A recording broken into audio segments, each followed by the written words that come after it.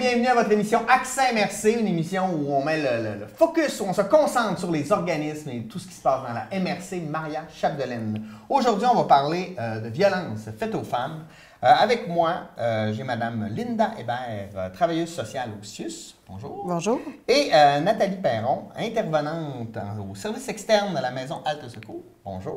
Bonjour. Vous venez nous parler de la table de concertation en violence conjugale et agression à caractère sexuel. C'est long, mais c'est complet. Donc, avant de débuter, je pense que les gens qui ne vous connaissent pas ont le goût de savoir vous êtes qui, c'est quoi votre parcours, comment ça fait que vous vous êtes rendu là aujourd'hui. Linda, toi? Bien, moi, j'ai fait un bac en service social à l'Université de Sherbrooke dans les années 86. J'ai terminé. Donc, ça fait plusieurs années que je travaille pour le CIUS depuis mon tout début, toujours dans les services généraux. Okay. Puis, j'ai eu à m'impliquer dès le départ là, de la table en 95 pour la violence conjugale. Donc, c'est un sujet qui m'intéressait grandement. Oui. C'est important. Et toi, Nathalie? Bien, moi, à la base, ça fait 26 ans que je travaille à la maison Halte Secours. Puis au début, dans mes premières années, c'est que, on avait des projets, différents projets, et ça fait partie d'un projet qui était de mettre la table sur pied. Donc, j'ai travaillé sur ce projet, entre autres, pour la mettre sur pied. À ce moment-là, après, j'ai pris la décision personnelle de retourner en hébergement. J'ai été 24 ans en hébergement. Okay. Puis là, ça fait peut-être 2 ans et demi à peu près que je suis retournée au service externe. Donc là, je réapparais au niveau de la table. Oh, super ça! C'est quoi, comment c'est né, premièrement, et c'est quoi la table de concertation en violence conjugale et agression à caractère sexuel? C'est venu d'un besoin, là. Oui, c'est un besoin du milieu, de différents organismes, de partir cette table-là avec les différents partenaires. Là, comme on a vu au début, ça avait commencé, il y en avait quelques-uns. Mais là, maintenant, on est rendu avec 17 membres de la table, donc avec des différents organismes pour se concerter, pour sensibiliser la population à la violence et aux agressions sexuelles. Parce que c'est encore courant, là. Oui, ouais. oui. C'est qui est membre de la table? Je peux peut-être prendre ma feuille pour n'oublier, parce qu'on a quand même 17. On a le CIUS, on a la maison Halte Secours, Toxic Action, le CAVAC, Centre de femmes du pays de Maria-Chapdelaine, Par Ensemble, le CALAC Centrel, le CRAN, le Jouvenceau, Bureau d'aide juridique, École polyvalente de Normandin, l'Office municipal d'habitation de Dolbeau-Mistassini, l'Association des familles monoparentales et recomposées Maria-Chapdelaine, Sûreté du Québec, Équijustice Lac-Saint-Jean, Centre de santé mentale Larimage et le CPS 02 MRC du domaine du Roi et Maria-Chapdelaine pour les centres de prévention du suicide. Ouais. C'est bon, on fait de la bonne sensibilisation. Je pense que j'ai eu tous ces gens-là en entrevue au moins une fois. Oui, c'est complet. Dans le fond, c'est tous des gens qui se sont sentis interpellés là, au niveau de la violence et des agressions sexuelles pour faire partie de la table. C'est quoi le constat sur la violence sexuelle, la violence conjugale aujourd'hui dans la MRC Maria-Chapdelaine en 2018? Là? Bien, c'est que c'est toujours présent. Oui. On pense, l'objectif de se regrouper, c'est justement de viser un changement social, faire en sorte que ça soit diminué, de responsabiliser les agresseurs, de croire les victimes, puis de les diriger aux bons endroits, finalement. Oui, parce que des fois, on ne sait pas. C'est ça. On ne peut pas prévoir qu'on va subir de la violence conjugale. Quand ça arrive, on ne sait souvent pas quoi faire. C'est en plein ça. Oui. On se pense tout seul. Hein? Mais vraiment, l'objectif, c'est vraiment parce qu'on est plusieurs services, plusieurs organismes, c'est vraiment d'être au bon endroit et répondre au bon. Puis en même temps, faciliter la concertation. Parce qu'il y a un beau travail d'équipe qui se fait. Oui. Dans notre coin, là, vraiment, il y a une belle collaboration avec les années qui s'est installée puis qui a fait en sorte qu'on peut encore mieux répondre aux services. Oui, puis j'écoutais juste les membres de la table. J'étais là, c'est certain. Puis là, je voyais pourquoi la Sûreté du Québec, c'est important pour pour diriger les gens, en fait, pour que les gens se parlent. Parce que des fois, quand on travaille en silo, on a l'impression qu'on vit le problème puis on ne sait pas ce que l'autre fait à côté, puis des fois, on pourrait essayer. Puis que les gens aient aussi le même langage au niveau de la violence, au niveau des définitions des agressions et tout ça. Puis, tu sais, c'est un travail on se forme entre nous, où on va chercher des formations pour vraiment tout le temps être dynamique là-dedans, puis aller de l'avant, puis parfaire des connaissances aussi, là, concernant le sujet qui est... Des fois, qui se peaufinent avec les années. Hein? Puis je suis d'accord avec toi, le fait d'avoir le même langage permet qu'on travaille tous dans le même sens. En responsabilisant l'agresseur, en croyant la victime, bien déjà là, en partant avec ça, une définition commune de la violence conjugale va faire en sorte qu'on va tous dans le même sens. Comment je fais pour savoir si, si je mange un coup, je peux comprendre que je réalise que je subis de la violence conjugale. Mais je pense qu'il n'y a pas juste la violence physique, il y a plein de types de violences dans lesquelles, là, on parle beaucoup des femmes, mais que les gens peuvent faire face. Comment on le sait et qu'est-ce qu'on fait rendu là? Parce que, comme tu disais tantôt, on se sent tout seul. Comment on communique avec vous? On vous écrit, on vous appelle? Premièrement, dans le fond, on t'a parlé de violence physique, mais il n'y a pas juste ça. Hein? Il y a violence psychologique, verbale, sexuelle, financière. Je ne sais pas si j'ai pas mal. Même le harcèlement, le cyberharcèlement qu'on voit de plus en plus, là, ça fait partie de ça aussi. C'est sûr que c'est exprimé de différentes formes. Fait que c'est sûr que quand on est victime, des fois, on ne le sait pas qu'on est victime. Hein? Il y a un malaise, on n'est pas bien, on ne sait pas trop. Fait que c'est sûr que toutes les ressources, dans le fond, qui sont là autour de la table peuvent aider. Oui. Hein? Soit les femmes, les hommes, les enfants, les familles, quoi. Oui. Fait que vraiment tout le monde. Fait que oui, on peut contacter les différentes ressources. Puis à la limite, si on cogne à une mauvaise porte, bien, on va être référé. Oui, c'est ça. C'est ça. Oui, parce que moi, je pense que l'important, c'est ça, c'est de savoir que des fois, on peut consulter pour, je sais pas moi, un abus de consommation.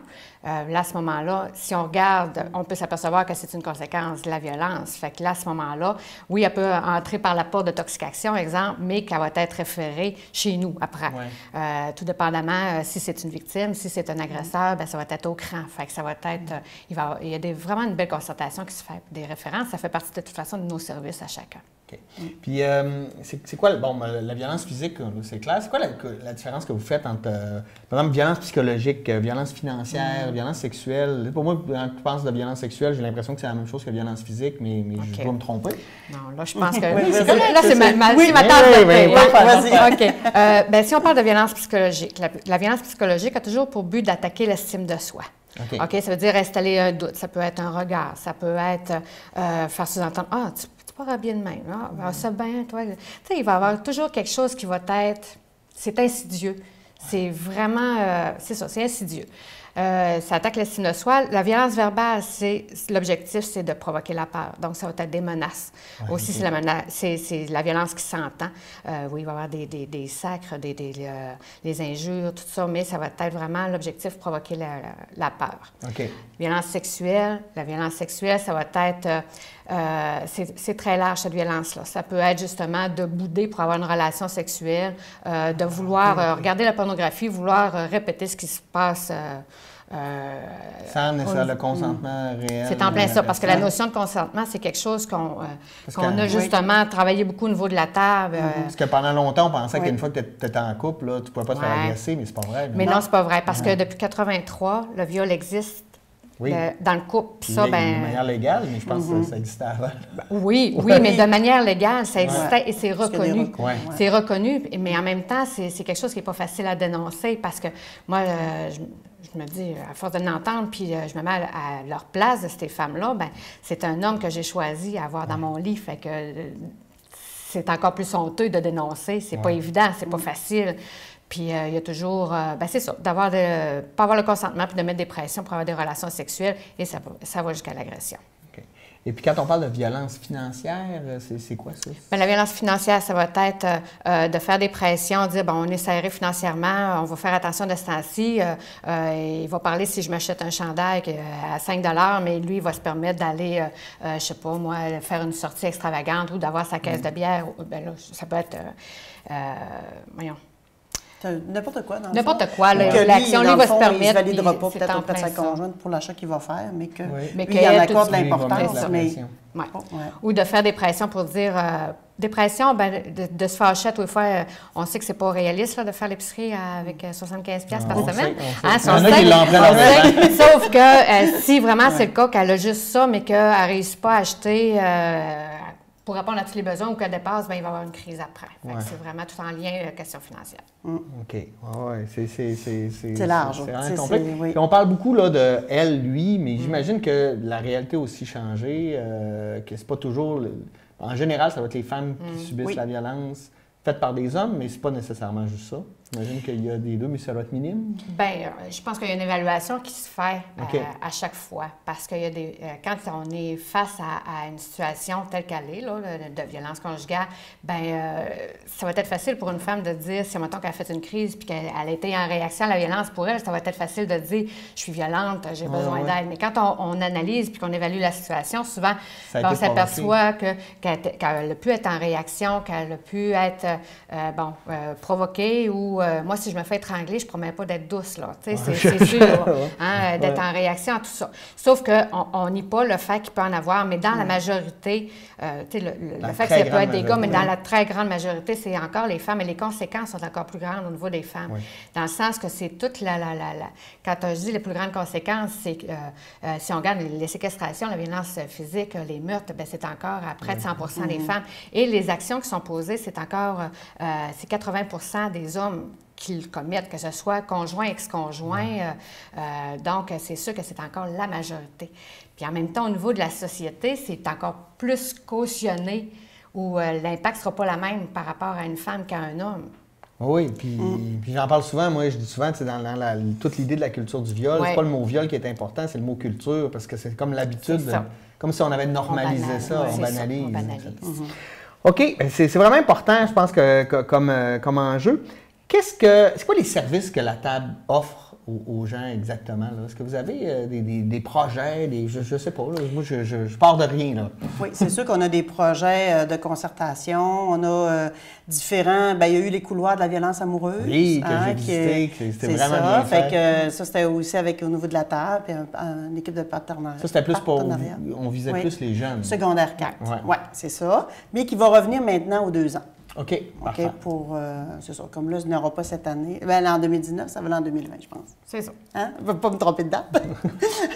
Ensuite de ça, on a organisé déjà une conférence grand public. Il y avait eu Ingrid Falaise qui était venue, qui avait déjà été victime de violence. Là, on est en préparatif pour un autre genre de conférence, en concertation encore là avec le CRAN. Après ça, mon Dieu, qu'est-ce qu'il y a eu? Il y a eu différentes formations qu'il y a eu à l'intérieur de la table. Bien, l'objectif, c'est vraiment, encore là, de sensibiliser la population sur la problématique. Prévenir. Puis de prévenir. Ouais. Quand je parle de la problématique, c'est la violence conjugale, mais aussi les agressions sexuelles. Oui. Donc, on regarde toujours selon aussi l'actualité ou selon ce qui est présent, selon ce qui est nécessaire, selon la demande, bien la réalité. Puis même la clientèle aussi, il y a différentes clientèles. On a déjà touché un peu les personnes âgées, les femmes avec notre conférence. Là, on voulait plus s'attarder au niveau des hommes aussi, d'avoir un modèle masculin inspirant pour les hommes. Fait que là, on s'enlignait un petit peu vers ça prochainement. Est-ce que, on parlait d'actualité, est-ce que tout le mouvement, moi aussi, ça a fait une grosse différence sur le terrain? Là? Ça, c'est au niveau des agressions, tout ça, bien, sûrement, là. Oui, c'est sûr. Du moins, si on fait juste penser à le fait d'en parler, de dénoncer entre nous. Moi, je pense que déjà là, peu importe les répercussions, parce que c'est sûr que à toutes les fois qu'il y a quelque chose au niveau de l'actualité, il y a une répercussion au niveau de notre clientèle, de faire réfléchir ou de donner le petit coup de pouce qui manquait pour dénoncer ou quelque chose comme ça. Pour agir. Mais sauf que juste le fait d'en parler, bien déjà là, on sensibilise, on dénonce, puis on fait en sorte que, je pense qu'on fait face à un changement au niveau de la société. Là. Oui, il faut. Il faut. Oui, je pense qu'on est vraiment rendu là. Tout ça nous amène aux 12 jours d'action contre la violence faite aux femmes. C'est quoi ce projet-là? Les 12 jours, ça part suite à la tuerie qu'il y a eu de la Polytechnique en 89. On se souvient qu'il y a eu 14 femmes qui ont été tuées juste parce qu'elles étaient des femmes. Donc, à ce moment-là, au niveau du Parlement, ils ont décidé de nommer le 6 décembre comme étant la journée commémorative en lien avec la violence faite aux femmes. Donc, de par le fait qu'on donne des services aux femmes, bien, on est appelé à faire des activités. Là, à ce moment-là, de fil en aiguille, ça a été instauré de faire 12 jours d'action pour justement être 12 jours. On est encore plus vu au niveau de la population, plus vu au niveau des médias, donc pour, encore là, sensibiliser, puis donner les services ou donner de l'information qui est nécessaire pour, encore là, on vit toujours un changement social pour les personnes qui sont touchées. Donc, ça fait quelques années qu'on fait des actions. Oui. Là, cette année, la table, on a décidé pour les 12 jours avec Facebook de faire justement des petites capsules vidéo avec des statistiques, encore là, dans le but de sensibiliser les gens. On ne veut pas être moralisateur, on veut les ouvrir, les éduquer, en fait, pour vraiment provoquer un changement social. C'est ça. Oui. Éduquer, puis en même temps, de dire, si moi, encore là, je me mets à la place d'une femme qui est victime puis qui voit ça, OK, ça peut faire réfléchir, ça peut amener à poser peut-être une action, puis à dire, OK, je ne suis pas toute seule, puis... Oui, parce que c'est comme ça que les femmes doivent se sentir, en fait, quand ça arrive. C'est longtemps, ça a longtemps été vu au niveau de la société, qu'est-ce qui se passe chez nous, reste chez nous. Ouais. Hein? Ça, c'est sûr. Puis encore là, ça fait partie du processus aussi des aider, là, parce que en moyenne, je crois que c'est 35 agressions avant qu'une femme se décide de dénoncer. 35. Fait que si on regarde, ça peut être, il y en a eu, là, des agressions de tout ordre. Okay? Oui, mais quand même, le seuil de tolérance est grand. On n'est pas tout de suite à la violence physique, là, ça commence avec d'autres indices. Ouais. Ça s'installe. Oui, parce que moi, je dis souvent aux femmes que si te montrerais le premier soir comment est-ce que jusqu'où il pourrait aller, tu partirais. Hein? Ouais. Mais c'est pas ça. Ça s'installe tranquillement. Fait que, donc, si je reviens à nos 12 jours, c'est que, donc, cette année, on a décidé de faire une capsule par jour. Okay. On va inviter les gens, on va commencer par les organismes, après ça, les gens à partager nos capsules pour, ça serait fun, que ce soit à grande échelle. Oui. Finalement, on a pris des gens du milieu que peut-être... quand je dis du milieu, c'est vraiment de notre table à nous autres, parce qu'on ne voulait pas identifier personne de notre clientèle à chacun. Ce qui est tout à fait normal. Sauf que ça aurait eu peut-être un autre impact, mais en tout cas, quand même, c'est pas grave. Confidentialité oblige. Fait que c'est ça. Fait que chacun des membres va avoir, dans le fond, à nommer soit une statistique ou une phrase qui va puncher, dans le fond, qui va inviter les gens à se référer aux différentes ressources. Puis ils vont voir que toutes les ressources peuvent les aider, dépendamment par quelle porte ça va rentrer. Puis c'est vraiment la semaine du 25 novembre au 6 décembre. Ouais. Okay. C'est toujours ces dates-là, ça ne change jamais. Où est-ce qu'on peut les voir, les capsules? Là? Vous allez sur votre page Facebook? Bien, là, c'est ça. Là, on va les mettre après. On va les mettre. On a ciblé des organismes qui vont justement les partager. Puis nous, d'emblée, on va devoir les partager à nouveau. On va toutes les repartager. C'est en plein ça. Ouais. Parce que la table de concertation a un site Internet, mais on n'a pas de page Facebook. Fait que, sauf qu'on va utiliser nos organismes. Oui, parce que là, vous avez plein de beaux membres qui oui, quand même 17. Oui, puis là, on espère que ça va faire boule de neige. Là, hein? Si vous les voyez, partagez-les, aimez-les, partagez-les. C'est comme ça que ça fonctionne avec l'algorithme. Il faut le faire pour promouvoir l'information. Tu as parlé de quelque chose qui m'a titillé. Là. Je veux te poser la question. On en parle de confidentialité. Je pense que c'est essentiel. Mais au-delà de ça, je pense qu'on ne se doute pas de qui peut être victime de violence conjugale. Tu sais, des fois, on pense que ça va être juste les gens des milieux défavorisés ou qui ont des problèmes. Mais là, vous pouvez me le dire, ça peut être n'importe qui. Oui. On pourrait être surpris. N'importe quel âge, n'importe... T'as beau avoir une scolarité universitaire, tu peux être victime aussi. Ça touche tout le monde. Il n'y a pas de profil tant pour la victime que pour l'agresseur. Aucunement. Puis c'est au même titre pour les agressions sexuelles. Il n'y a aucun profil non plus. Non, c'est un mythe de penser qu'on peut... Personne n'est à l'abri. Personne n'est à l'abri. De vivre ça. Même si on pense qu'on est protégé, on a beaucoup de connaissances. J'ai du caractère. Tu vas voir comme moi, ça passerait par là. Non. Non. Ouais. C'est vraiment insidieux, ça rentre. Totalement. Puis y a-t-il des causes claires qui amènent ça ou qu'on pourrait tenter d'éviter dans nos relations ou non? Hein? On ne sait pas qu'est-ce qui peut arriver. C'est un piège, l'amour. Oui. Mais moi, j'ai gagné, je pense. Ah, c'est parfait! Non, mais tu sais, en tout cas, on se croise les doigts, on touche du bois. Mais c'est vrai que c'est un piège parce que des fois, c'est tellement insidieux qu'on peut embarquer là-dedans, puis à un moment donné, puis c'est à cause du cycle. Hein, le cycle de la violence qu'il faut nous permettre justement que l'espoir, on pense que ça ne recommencera plus. Est-ce qu'on est capable de briser le cycle? Là, je pose des questions, là, moi je connais rien. Parce que quand on parle du cycle, c'est que des fois, là, il va se passer de la violence, Là, l'homme va dire « Ah non, non, excuse-moi, j'ai perdu le pénal, ça n'arrivera plus. » Puis là, bon, si on parle de cycle, donc ça revient. Est-ce que ça arrive que ça ne revienne pas, que ça se voit un épisode, puis que finalement... Bien là, à ce moment-là, peut-être qu'on fait face à une chicane qui est situationnelle, qui va être un conflit, qui va être qui a dégénéré, mais qu'il y a eu peut-être une réponse violente, mais que la source du conflit a été vraiment le sujet, un sujet. Parce que dans la violence conjugale, la source, c'est pas le sujet, c'est la personne. C'est pas la même affaire. Fait que ça peut arriver qu'il y ait eu une situation... c'est pour ça, d'où l'importance de l'évaluation qu'on fait. Puis que chacun des organismes, qu'on apprend à faire la différence entre la chicane et la violence conjugale, parce que la frontière est mince entre les deux. Parce que c'est vraiment la prise de pouvoir. Oui, c'est ça, l'abus. Sur la personne, tu sais. Comme une domination qui s'installe, puis là, ça devient insidieux. Qu'est-ce que... Moi, là, je suis une femme, j'écoute l'entrevue, puis là, je me pose des questions.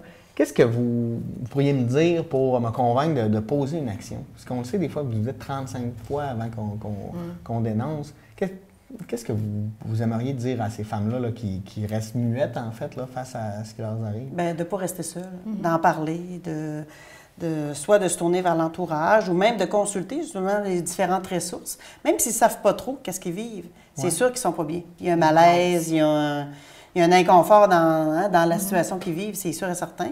Fait que même si ça sera juste de se valider, d'aller vérifier, de consulter dans différents domaines, moi, je pense que ça peut être... mais de ne pas rester tout seul avec ça. Ça, c'est vraiment la première chose. Puis si je veux pas me mêler de mes affaires, mais je m'aperçois que, je sais pas, moi, j'ai un couple d'amis proches, puis j'ai l'impression qu'il se passe des choses. Est-ce que je peux le dénoncer? Comment... Ou c'est-tu mal? Tu sais, je sais pas, là. Bien, moi, j'ai envie de dire, encore là... je pense qu'on n'a pas à tolérer des situations telles parce que souvent, je rencontre des femmes qui sont victimes puis qu'ils attendaient quasiment qu'il y ait un dénoncement d'un voisin ou quelque chose comme ça pour qu'elle ne porte pas la responsabilité et que ça ne se retourne pas contre elle. Fait que moi, je me dis, bien, dans le doute, bien, on peut téléphoner les policiers puis ils vont intervenir parce qu'en même temps, si on doute de quelque chose, moi, je me dis, on s'est tous chicanés dans notre vie. Là. On n'a pas eu besoin d'intervention des polices là, pour arrêter la situation. Là. Non. On n'a pas eu besoin de ça. Mais sauf que si on doute, si on sent que ça peut dégénérer, bien, à ce moment-là... Si on réalise que c'est récurrent aussi. Bien, c'est justement... Fait que moi, je me dis, si on a le sentiment qu'on se doit d'appeler les polices, bien, à ce moment-là, bien, faisons-le. Puis le pire qui va arriver, bien, c'est ça. C'est que ça restera là. Puis ça ne sera même pas le pire parce que les policiers, eux, vont donner les ressources qui sont nécessaires, vont justement référer à ce moment-là, ils vont... Oui, d'où l'utilité de la table, que les gens puissent se communiquer entre eux. Oui. C'est vraiment un sujet troublant. Ben, tu sais, on a tout le temps l'impression qu'on est à l'abri de ça ou que ça arrive aux autres. Là. Puis moi, je suis chanceux dans ma vie, ça n'est jamais arrivé. On va espérer que ça n'arrive pas. Donc, 12 jours de l'action contre la violence faite aux femmes. Est-ce qu'il y a des activités précises juste pour la MRC aussi ou c'est juste à la grandeur du Québec?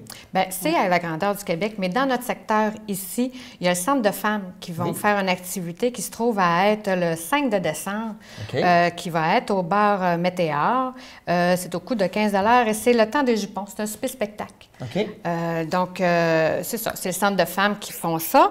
Nous, à la Maison Alta Secours, ce qu'on fait, c'est qu'on va faire un brunch pour souligner nos 35 ans, mais en même temps, c'était volontairement choisi pour le 25 de novembre pour lancer la campagne des 12 jours. Puis aussi, avec la maison d'hébergement, nous, on se doit de faire, avec le regroupement des maisons d'hébergement pour les femmes victimes de violences conjugales, on va faire appel au niveau des municipalités pour qu'ils soient des municipalités alliées contre la violence faite aux femmes. Pour que tout le monde, que tous les citoyens, en fait, puissent participer. Un changement social. Qu'est-ce qu'on peut faire, monsieur, madame, tout le monde? On peut-tu s'impliquer? On peut-tu faire quelque chose? Outre, là, aller liker et partager les capsules. Qu'est-ce qu'on peut faire comme citoyen pour vous aider, pour aider cette cause-là? En parler, être ouvert, je sais pas. Ne pas être tolérant. Parce que moi, je me dis, quand on est tolérant, si quelqu'un d'autre est tolérant à côté de nous, puis qu'il cautionne. Si ça arrive un souper de famille, puis que, je sais pas, moi, qu'il se passe une situation, puis qu'on dit rien, bien, à ce moment-là, on est tolérant. On cautionne, on appuie ce qui se passe. Donc, je pense qu'on a à prendre position. Puis c'est vraiment... si on fait rien, on prend position pour la violence. C'est ça.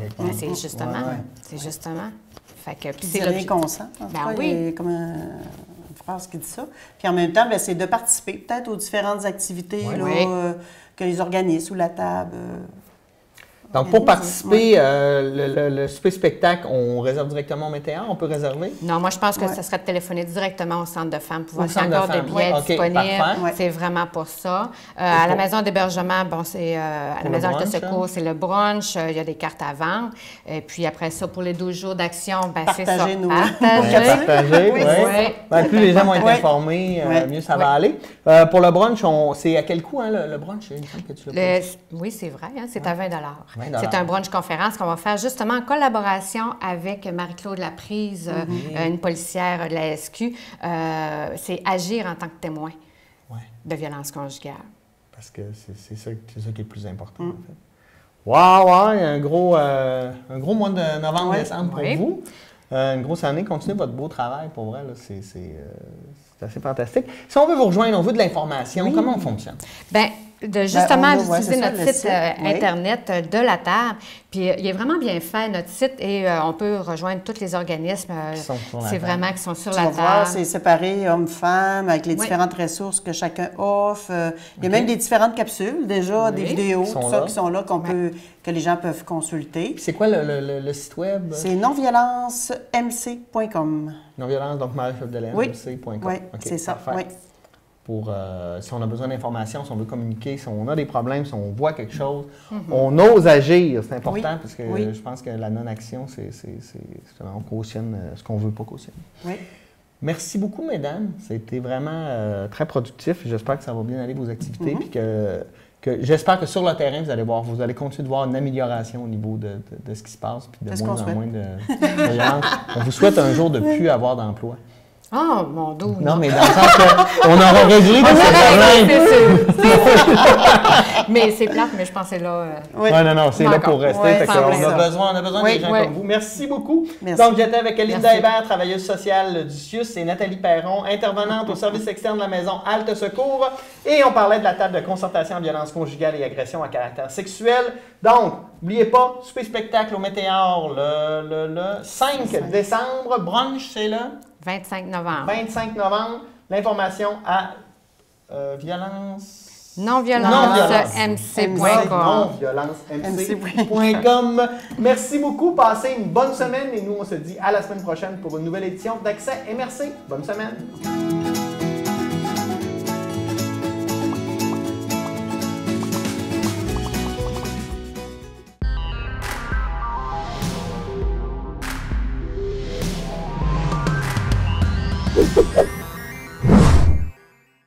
Ça aurait été bien plus facile de faire comme si j'avais rien vu. De continuer à marcher dans le corridor. Tu tournes la tête. Me cacher derrière l'écran. De rire avec les autres. Les excuses, pas ce qui manque. C'est pas mon problème. Je suis pas un stou. Ça aurait été bien plus facile de me défiler. De rien faire. Mais j'ai décidé d'agir. J'ai dit, arrête, stop. C'est assez. J'ai dit, ça va. Veux-tu en parler? Parce qu'ensemble, Ensemble, on est plus fort que l'intimidation.